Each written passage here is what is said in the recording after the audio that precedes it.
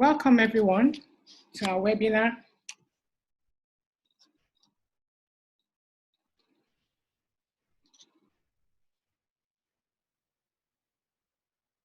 Welcome everyone to our webinar titled, can everyone hear me? Please signify by raising your hand if you can hear me. Hello. Okay, I can hear you. Janice, I can hear you too. Wonderful. Welcome. Thank you. Thank you for joining me today. I'll just start with thank you. I'll just start with a quick introduction and then you'll take over. Okay, sounds good. Let me just get my presentation up here. Okay. There we go. Can you see it okay? Yes, I can. Perfect. So let me just quickly introduce you and then you can start. Sounds good. Welcome everyone to our Emotional Intelligence webinar hosted by Janice Gair. Janice is the president and co-founder of Emotional Intelligence Organization. She's president, co-founder, she's an executive coach, she's a facilitator, she's a keynote speaker, she's an emotional intelligence speaker and trainer. She's based in Winnipeg, Manitoba, Canada. She's an executive with over 2 decades of experience working on corporate strategy, operations, and human resources at an international level. She believes executive coaching is about creating space and trust to focus on strength and empowerment to achieve personal and professional goals. She's also co-founder and president of EI Advantage. She's a certified executive coach, Royal Road University, who has achieved the professional certified coach PCC designation. She also holds a BA administration from the University of Winnipeg. She's chartered professional human resource at CPHR, a senior professional SHRM-SCP with a US-based SHRM. And then she's a member of International Coaching Federation, ICF. She's a vice chair and Women's Enterprise Center for Manitoba. So over to you, Janice. Thank you for joining us today. Thanks, Felicia, and hello, everybody. In addition to all of that, I'm also a mother of 2 daughters, and we're having a great time as they become young women, watching them grow and take their place in their professions. So great to be here. So we're going to jump right in, and I wanted to share some information with you about this article in Forbes Coaches Council. And many of you may know that Forbes Coaches Council is a group of people who represent best-in-class industries. So they're leading coaches and career coaches. And some of the work that they've done is to identify the 15 biggest challenges that women leaders face and how to overcome them. So just take a look at that list and maybe do a bit of reflection of whether any of those things have ever referred to your situation. The interesting thing about this list, of course, is about 9 out of 15, or 60% of them, have to do with emotional intelligence. And so when we're able to harness our emotional intelligence, it really does give us a competitive advantage in order to advancing ourselves within the workplace. So today we're going to talk about how to harness EI, what it is. We're going to touch on imposter syndrome, which is quite common in the workplace, and in particular, it shows up more often within women leaders. And finally, we're going to touch on some of the essential leadership skills that will be helpful to you as you go forward with your careers. These, of course, apply to both men and women, but the focus of a lot of the information I'm sharing is specific for women. So what is emotional intelligence? Emotional intelligence is really a set of emotional skills that explain how we perceive ourselves, how we see ourselves, how we express ourselves, how we develop and maintain social relationships, what happens when the going gets tough? How do we cope with challenges? And how do we use emotional information effectively? Because emotions have a very important place in problem solving, and being able to recognize them and manage them to be effective and to the advantage of a team is really important. So the model that we use when we're doing our EI work is the EQI 2.0. And I wanted to demonstrate it here so that folks get an idea of a framework around emotional intelligence. So around the outside, you'll see the larger labels, self-perception. So that's how we perceive ourselves. Self-expression, how confident we are in asserting our views. Interpersonal, how do we build relationships? Decision making, and that's not whether or not you can make decisions. It's about what happens when emotions are involved in decision making. And you may remember somebody who can be really solid at making decisions, but when there's a lot of emotions in the room, it seems to derail them. So that's what decision making is about within an emotional intelligence framework. And finally, stress management. You know, how can we manage? Within those 5 composites, we call them, there are 3 emotional skills for each one. And you can see them there under self-perception, there's self-regard, self-actualization, emotional self-awareness. And it goes around the circle. We're going to be touching on a few of those and giving you some strategies in which you can help to enhance those skills. So let's talk a little bit about self-perception. So this is about how we perceive ourselves. Some of you may know Daniel Goleman's work on emotional intelligence, and he describes it as knowing one's internal states, preferences, resources, and intuitions. If we don't know ourselves, how are we supposed to better manage our emotions or use them to the greatest advantage? So understanding ourselves is absolutely essential to emotional intelligence. It's important to identify what we're feeling and even more why we're feeling it. One of the emotional skills within that composite is self-awareness. And, you know, self-awareness, it becomes quite obvious when people are not self-aware. You might think of a time where you were in a work setting, a work meeting, or even a family event, and somebody says or does something which is absolutely shocking because they don't understand the impact it's had on the people around them. That is somebody who would be low in self-awareness. So when you're able to be self-aware, you're able to understand and label your emotions. And when you can label your emotions, you're able to deal with them. Here's an example. There is online, there is a reference called the feeling wheel. And this one is very similar, but it's a flower, so I think I just like it better. And if you look at it, the outside, what it does is it starts giving us some labels for emotions. And as you move closer into the circle, you can drill down a bit more and discover deeper feelings so you can understand better your current state of mind.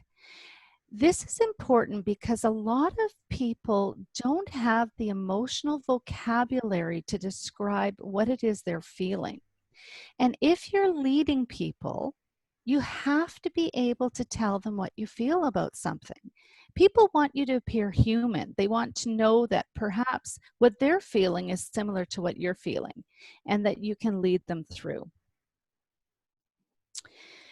The next emotion, and I call them emotional skills because there are things that you can develop. And you know, it's quite interesting because our IQ sort of levels out at about 25. You can still learn things, but we're not going to wake up tomorrow and be an absolute genius. But your emotional intelligence is something that you can develop throughout your lifetime. And the research does support that people do become more emotional intelligent with age. And let's face it, it's because you're exposed to more challenges in life and you've been asked to draw on things that will help you be successful. And one of those things is self-regard. So this is about, how do you feel about yourself? How do you respect yourself? Do you accept yourself, the good, the bad, the ugly? You know your strengths. It's about confidence and being self-assured. The other emotional skill that's really important is self-actualization. And this is our willingness to consistently be wanting to grow and learn. It's about living life with meaning and pursuing learning as part of our ongoing strategy for our life. Self-regard and self-actualization work very closely together. And what happens is when somebody is highly self-actualized, like they're learning and growing and constantly looking for that external validation, but they don't necessarily believe yet that they can accomplish what they want to accomplish, they call that imposter syndrome. And I can honestly say that I still have this happen from time to time. And it's that feeling of, perhaps you might go in and do a presentation to a group and you come out of that meeting and everyone is like, oh, Janice, that was fantastic. You did such a great job. I'm sitting there thinking like, that was terrible. I can't believe that that happened, right? And so what happens there is that we have a tendency to be harder on ourselves than we need to.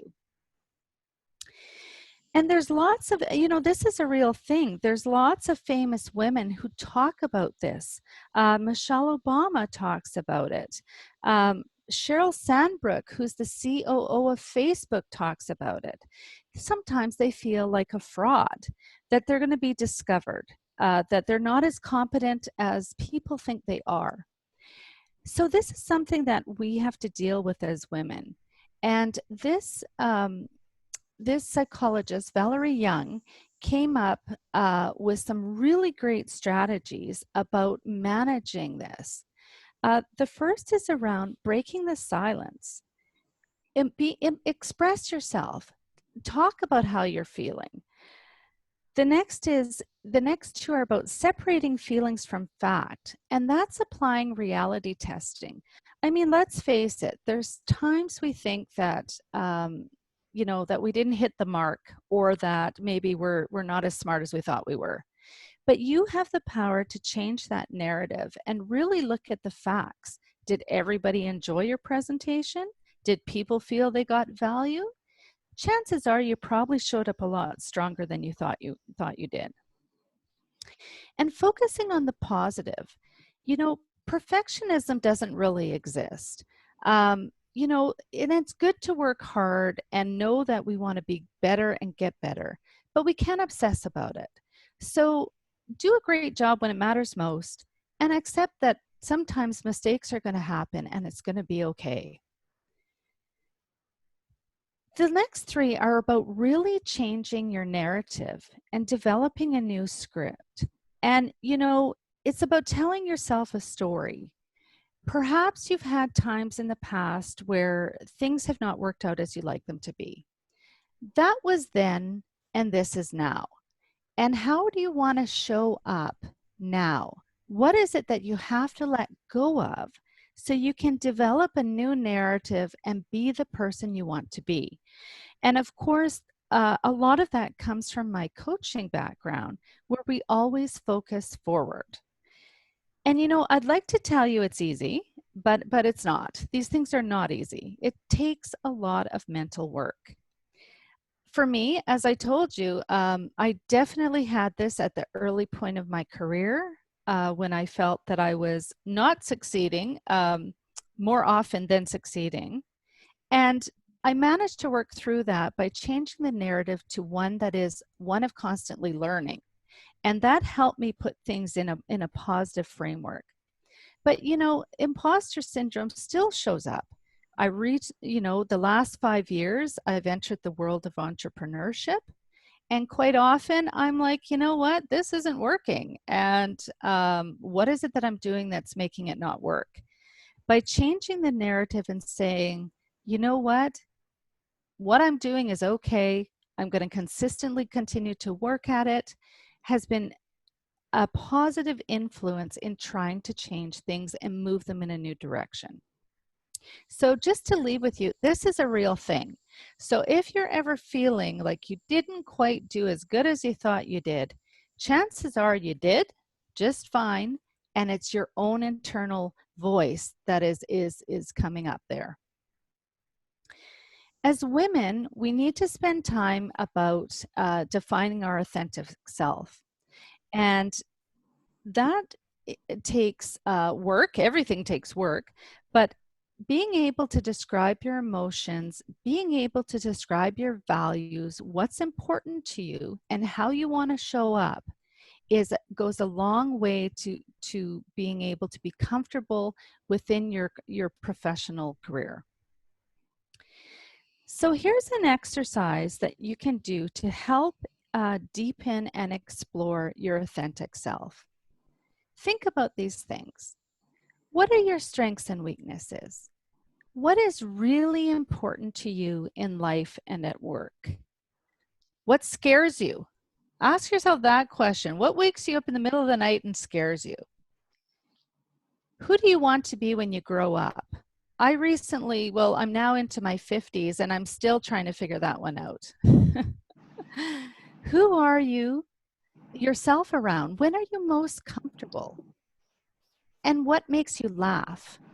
The things that make us laugh are often the things where we show up and we're being our most authentic self. Authentic leadership is about committing to our passions, and it's about building trust and being mindful to enhance relationships. So think about what you're really passionate about.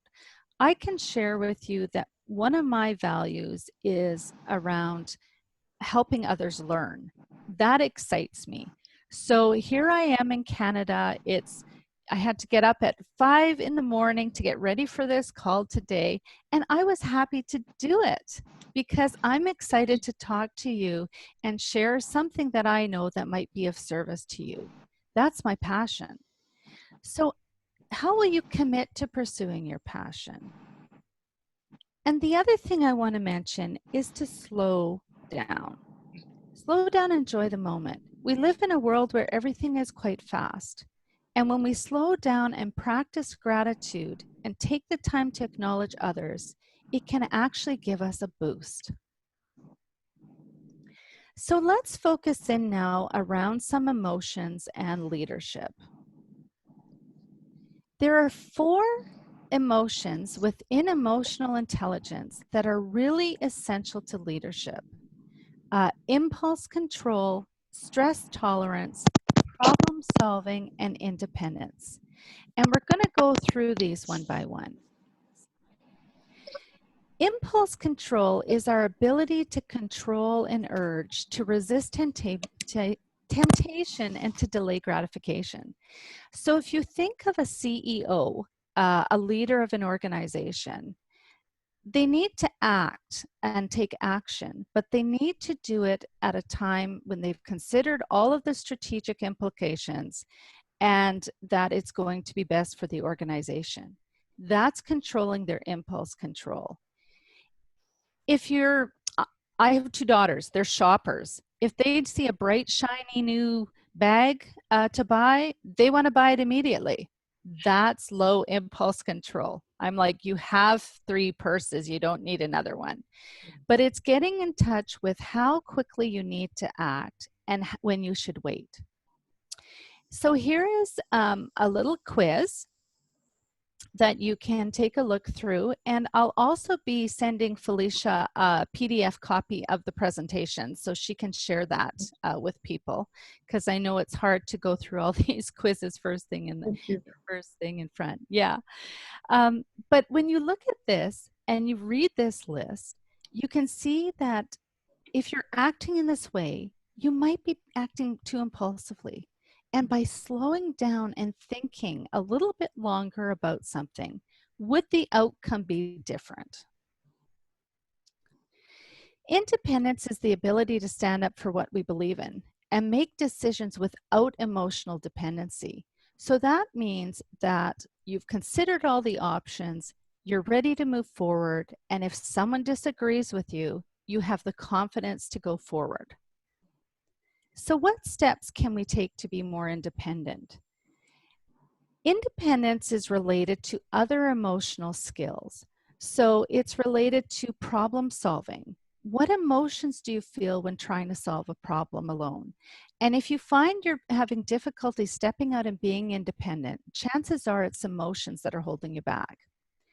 Emotional self-awareness, how confident are you? Are you confident in your own judgments?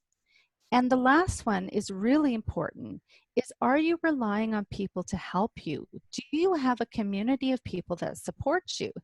And I can tell by just being on this call, you've got a community of colleagues here that are here to help you support to learn and grow. Stress tolerance is really critical in terms of developing your leadership, because at one point the going is going to get tough. And as we look at the COVID-19 issue that is taking over our world, I've been really watching with interest leaders around the world and how they're showing up in times of extreme stress. They stand there, they look confident, they share their message, and they tell us that things are going to be okay. They've got a strategy and we need to do our part, but things are going to be okay. Underneath the surface, I've got to imagine they're pretty worried. There's a lot of, this is a big issue, but they've learned the ability to manage their stress. So problem solving is the ability to find objective solutions to problems that are emotionally charged. So problem solving isn't about whether or not you can solve problems. It's about what happens when there are emotions involved, right? We make decisions all the time. But when emotions are involved, do we make them differently? And there's quite a bit of interesting literature about how women make decisions and men make decisions. And there's some beliefs and myths out there that women can't make tough decisions, that we become too stressed, that we're emotional, we might fall apart. That's not true. In fact, women have a tendency to be very risk alert when there are stressful situations. We have a tendency to evaluate the pros and cons more deeply, and we look for smaller wins that are more guaranteed. So our ability to examine risk is very, very strong. And so it's often quite interesting that you're going to get some challenge there about, you know, what will happen when women take leadership roles and it becomes very, very difficult. Will they fall apart? And the answer is, of course, no. So here's a decision-making exercise for you. Sometimes when decisions are large, we can break down the situation into manageable steps. We can identify what we can control and what we can't. We can assert our influence over that which we have control and be optimistic and communicate in a positive manner. We can only imagine if our leaders of the day came before us amidst this COVID-19 situation and they weren't optimistic and didn't communicate in a positive manner. It would cause great, great concern. And the last thing I want to leave with you today is around well-being and resilience. And you know, it's interesting, it's hard to find a picture that demonstrates resilience, but I found these stones and I thought, well, they're pretty solid and they're different. And so I thought this is a nice picture around resilience. Well-being and being able to take care of ourselves is so important in leadership because we're being asked to take care of other people. And well-being isn't about wealth and possessions. It comes from within. You can promote well-being by enhancing 4 particular emotional skills. The first one is self-regard, which we've talked about earlier. It's about accepting yourself. Self-actualization, constantly learning and growing, and pursuing goals that give you joy. When we're not learning and growing, we're not living our life with meaning. And so that is really an important thing to develop. Interpersonal relations, meeting with people that are your people who have similar goals, people who will support you, and developing mutually satisfying relationships based on trust and openness. And finally, remaining optimistic. Let me ask you this. Are you someone who sees the cup half empty or half full? And there's 2 kinds of people. But when we're able to focus on the positive, we're able to move things forward and maintain the well-being of ourselves and those around us. So back to you, Felicia. That's a quick snapshot of emotional intelligence and some of the key leadership skills that can help people in their development. Thank you so much, Janice. That was so, properly and perfectly communicated to everyone. I'm sure everyone has their notepads full. I couldn't take all the notes because as soon as I mentioned that we'll be getting the PDF, I had to relax a bit and slow down, like you said. No pressure. I know we'll all get it and it will sink in, as we begin to read through. So I don't know, do we have questions? We have like 10 more minutes for questions and then we can go ahead and see if Janice still has some other things to pour out to us today before we go, because a lot of people had to leave work, had to leave a lot of things they were doing to be at this webinar, and we appreciate you all for stopping by. That's so great. I have a question. Let me go on with my question. You Sure. mentioned define your authentic self, okay? I've had a lot of people ask me, define your authentic self, how do I differentiate myself from others? But most of the time you realize that everybody is doing the same thing. I can tell you like 10 or 100 women that do lectures like on emotional intelligence, how to be yourself, how to be a good mother. How does one balance this and become authentic without being termed as, you're copying what everybody is doing, so to speak?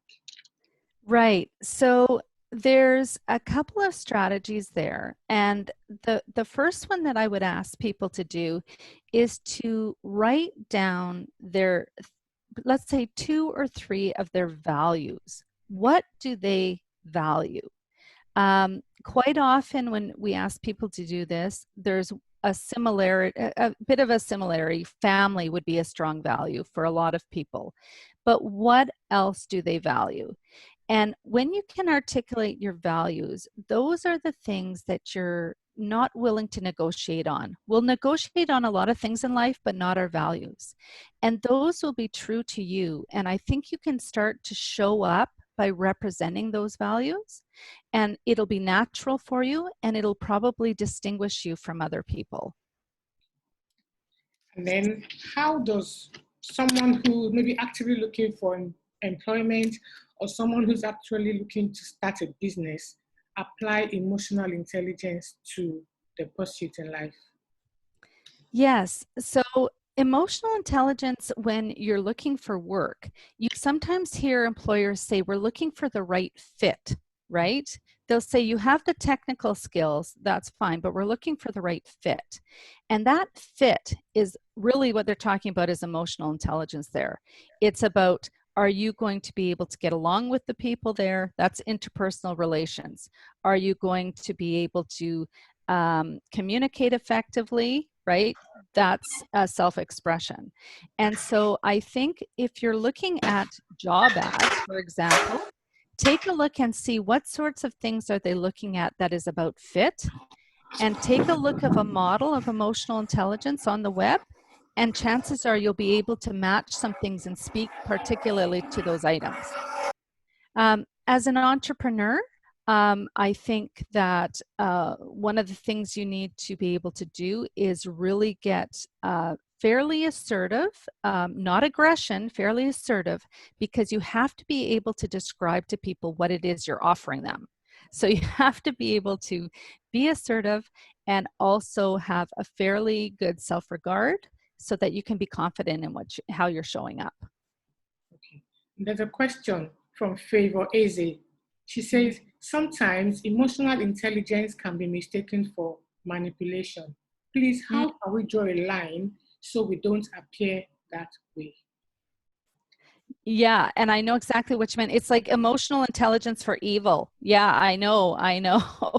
I think that people, most people see through that. I think it's one of the nice supplements with emotional intelligence is around taking a coach approach.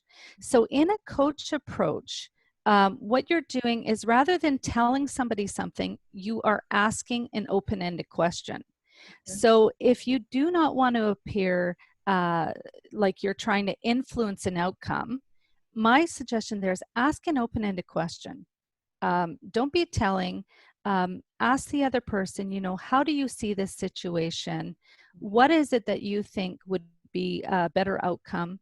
And what that does is it opens up the dialogue and it lets the other person do most of the talking and the work.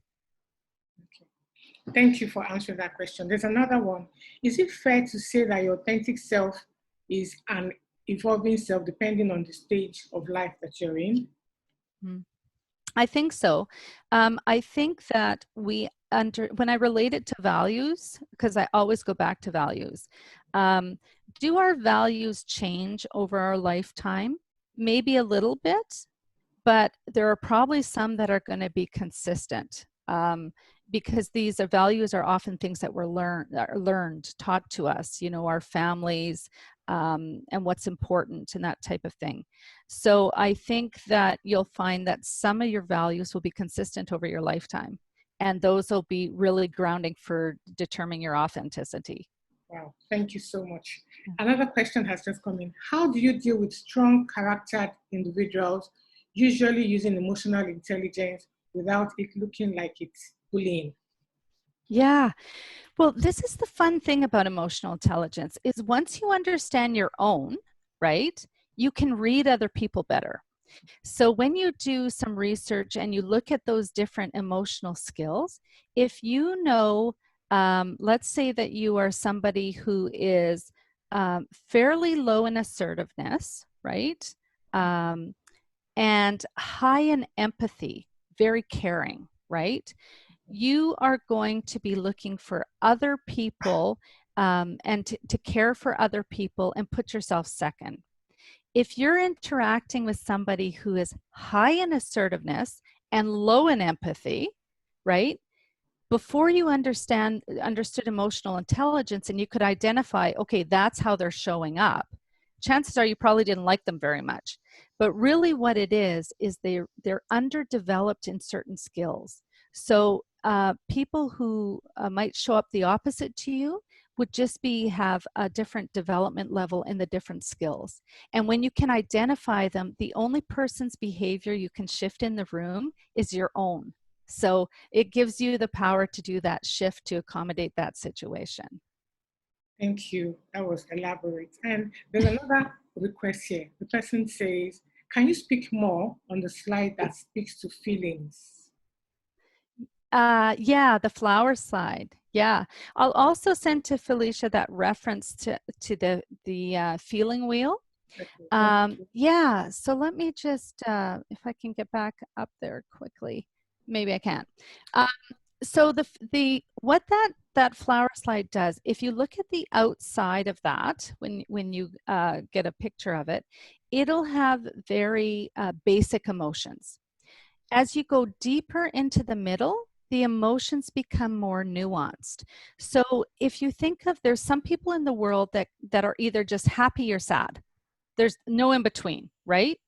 Those are people that are probably fairly low in emotional self-awareness because they have two emotions. People who are higher would know that there's happy, excited, elated, can't wait to get to work, et cetera, et cetera.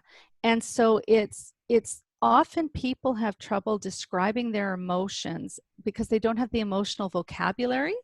And so this wheel, we use it a lot in coaching that we can put it in front of our clients and say, tell us what you're thinking, tell us what you're feeling. And then we can drill down and really help them identify what emotion it is that they're feeling. Okay. Thank you so much. There's one more question that says, outside of leadership and entrepreneurship, how do you share being emotionally intelligent with your kids without coming across as manipulating their lives? Yeah, well, I have teenagers, right? I would say that emotional intelligence and coaching skills have been helpful in managing my children in the sense that I ask more questions now. I don't pass judgment as easily when they say, you know, Mom, we're going to go to this party or do this thing, and I'm thinking that's a bad idea. Probably before I would just tell them that's a terrible idea, right? Now I'll ask them, like, what makes you think that's a good idea, right? And so that gives them the chance to respond. And young people, we know they don't have the life experience, so they're not as emotionally developed. Yeah. Thank you so much. So if you have questions, I would be sharing my screen now to show you where your questions can be sent to. Others have asked, will the slides be shared? Will the video be shared? Yes, we will share the slide, we'll share the video. Janice has been very, very, generous with us. She's also going to send a reference to the feeling wheel with all of us. So thank you everyone for joining. Janice, you have, final notes or final words for everyone that has joined the webinar? Yeah, just thanks so much for joining, and go forward and go get them. It's quite often in life, they say 80% of it is showing up. So don't discount yourself. Go after what you want. And I think you'll find that good things will come your way when you show up with the intention of being your best and doing your best. Thank you, Janice. So if you have questions, please send them to webinar@talentbureauonline.com, or you can reach out to us on Facebook, on Twitter, on LinkedIn, and on Instagram. You can also reach out to Janice on LinkedIn. She's on Google, she's on Twitter, and she's on Facebook. Her email address is on the screen. So reach out to her, but please don't bombard her with emails so she can take them with emotional intelligence and attend to everyone's questions. Thank you so much, Janice. You've been very, very generous and very helpful. I hope we can reach out to you from time to time to have more webinars like this with women and professionals who are looking to do better with their careers and their businesses. I would love to help out. Thank you. Thank you. Have a lovely day. Thank you everyone for joining, and enjoy the rest of your day. Bye. Bye. Thank you. Bye. Bye.